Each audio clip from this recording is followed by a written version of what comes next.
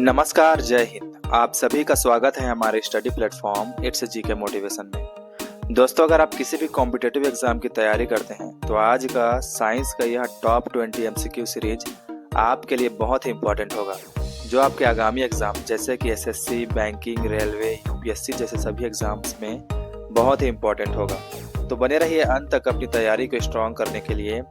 आज आपका पहला प्रश्न है, किस तत्व की कमी से घेंघा रोग होता है?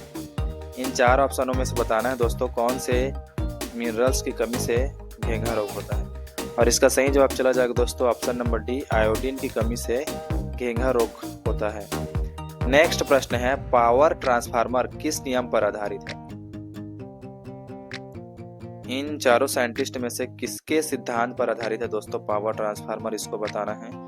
और इसका सही जवाब चला जाएगा ऑप्शन नंबर ए, फैराडे के सिद्धांत पर आधारित है। नेक्स्ट क्वेश्चन है, रडार में किस प्रकार की तरंगों का प्रयोग किया जाता है? इसका राइट आंसर हो जाएगा दोस्तों ऑप्शन नंबर ए, सूक्ष्म तरंगों का प्रयोग रडार में किया जाता है। नेक्स्ट क्वेश्चन है, उड़ते चक्के की घूर्णन मापने वाला यंत्र है? और इसका राइट आंसर चला जाएगा दोस्तों स्ट्रोबोस्कोप, जो है उड़ते चक्के का घूर्णन मापने वाला यंत्र है। नेक्स्ट क्वेश्चन है, प्लाज्मोडियम का वाहक कौन है? जी हाँ दोस्तों, इन चारों ऑप्शनों में से प्लाज्मोडियम का वाहक कौन है जिससे मलेरिया नामक खतरनाक बीमारी होती है? और इसका राइट आंसर चला जाएगा ऑप्शन नंबर ए, मच्छर जो है वो प्लाज्मोडियम जो लार्वा होता है उसका वाहक है।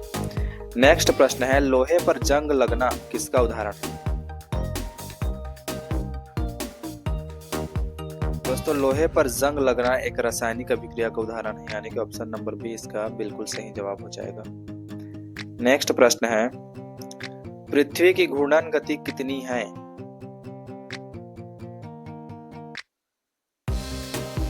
पृथ्वी की घूर्णन गति दोस्तों 28 किलोमीटर प्रति मिनट है। भले हमें इसका आभास नहीं होता, लेकिन पृथ्वी जो है वो बहुत ही स्पीड के साथ घूम रही है। नेक्स्ट प्रश्न है, विकासवाद का सिद्धांत किसने दिया था? और इसका राइट आंसर चला जाएगा दोस्तों ऑप्शन नंबर ए, विकासवाद का सिद्धांत देने वाले वैज्ञानिक थे डार्विन, जिसे डार्विनवाद भी कहा जाता है। नेक्स्ट प्रश्न है, चींटी के डंक में कौन सा अम्ल पाया जाता है? इन चारों ऑप्शनों में से कौन सा अम्ल पाया जाता है दोस्तों, इसको बताना है चींटी के डंक में। और इसका सही जवाब चला जाएगा दोस्तों option number C, methanoic acid, जिसे फार्मिक एसिड भी कहा जाता है। चींटी के काटने पर वो हमारे शरीर में इंजेक्ट हो जाता है, जिसके वजह से हमें दर्द की अनुभूति होती है। नेक्स्ट प्रश्न है, जंग लगने पर लोहे के भार में क्या परिवर्तन होता है दोस्तों? क्या कम हो जाता है, कि बढ़ता है, कि समान रहता है, कि कुछ परिवर्तन नहीं होता है? और इसका राइट आंसर चला जाएगा दोस्तों ऑप्शन नंबर बी, लोहे पर जंग लगने से उसका भार जो है वो बढ़ जाता है। दोस्तों, अगर आपको वीडियो पसंद आ रहा हो तो हमारे चैनल को सब्सक्राइब कीजिए और वीडियो को लाइक कीजिए। नेक्स्ट प्रश्न है, सौर ऊर्जा को विद्युत में बदलने वाला यंत्र क्या कहलाता है? सौर ऊर्जा को विद्युत में बदलने वाला यंत्र कहलाता है दोस्तों फोटोवोल्टिक सेल, यानी कि ऑप्शन नंबर ए जो है बिल्कुल सही जवाब हो जाएगा। नेक्स्ट प्रश्न है, पृथ्वी के केंद्र पर जी का मान क्या होता है? जी का मतलब है दोस्तों ग्रेविटी। पृथ्वी के जो सेंटर है वहाँ जी का मान क्या होता है उसको हमें बताना है। और इसका सही जवाब चला जाएगा ऑप्शन नंबर ए, पृथ्वी के केंद्र पर ग्रेविटेशन जो होता है, जी जो होता है वो 0 होता है। नेक्स्ट प्रश्न है, कम तापमान मापने वाला यंत्र कौन है?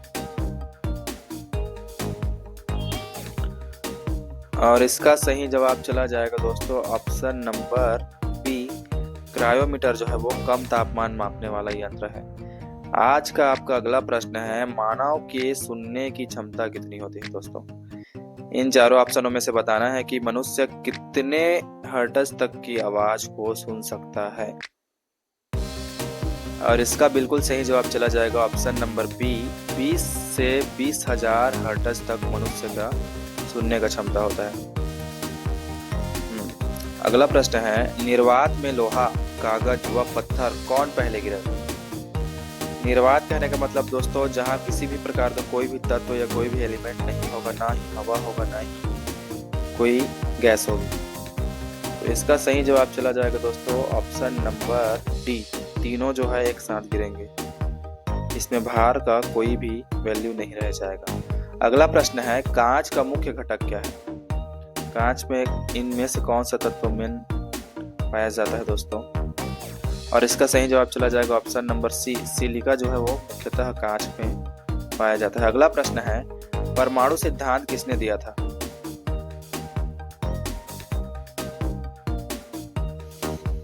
परमाणु सिद्धांत देने वाले वैज्ञानिक थे दोस्तों डाल्टन के द्वारा परमाणु सिद्धांत दिया गया था।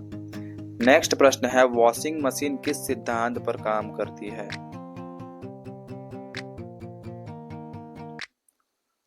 वॉशिंग मशीन जो है दोस्तों वो अपकेंद्रीय बल पर कार्य करता है, अपकेंद्रीय बल। नेक्स्ट प्रश्न है आघूर्ण बल की एसआई इकाई क्या है? आघूर्ण बल का ऐसे ही मात्रक बताना है दोस्तों, और इसका सही जवाब चला जाएगा न्यूटन मीटर। आज का आपका अंतिम प्रश्न है मानव खोपड़ी में हड्डियों की संख्या कितनी होती है? जी हाँ दोस्तों, मानव का जो स्केलेटन होता है उसमें कितनी हड्डी होती है उसको बताना है आपको, और इसका राइट आंसर चला जाएगा दोस्तों ऑप्शन नंबर बी, मानव के जो खोपड़ी है उसमें 8 हड्डी होता है। तो दोस्तों ये थे टॉप 20 साइंस का एमसीक्यू प्रश्न। अगर आपको वीडियो पसंद आया हो दोस्तों तो वीडियो को लाइक कीजिए और हमारे चैनल को सब्सक्राइब कीजिए और शेयर कीजिए उन दोस्तों के पास जो कॉम्पिटिटिव एग्जाम की तैयारी करते हैं। आपने 20 में से कितने सवालों के सही जवाब दिए अपना स्कोर कमेंट बॉक्स पर जरूर बताइए। मिलते हैं अगले वीडियो में, तब तक के लिए जय हिंद जय भारत।